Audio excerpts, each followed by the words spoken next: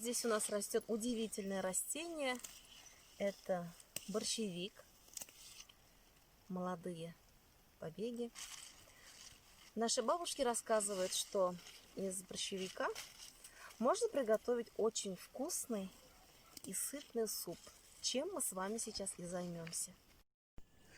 На Руси капуста появилась намного позже. Борщ готовили именно из сибирского борщевика.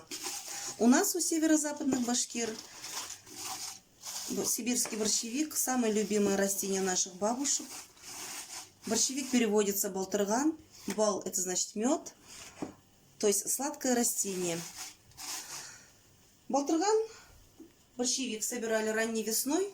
И для того, чтобы приготовить из него суп, мы заливаем на 5 минут кипяченой водой.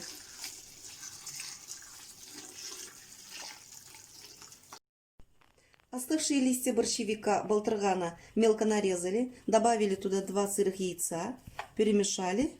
Далее делаем вот такие кружочки.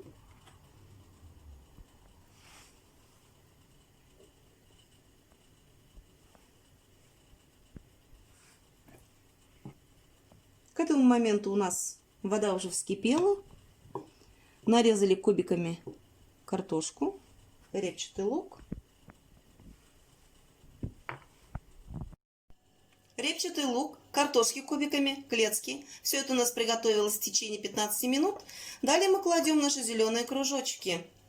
В старину наши бабушки из борщевика готовили пироги, лепешки, супы.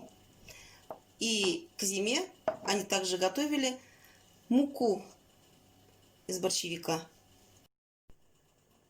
Вкусный и полезный суп томится 5 минут. Суп из борщевика готов. Наваристый, очень вкусный, полезный. Соль, перец по вкусу.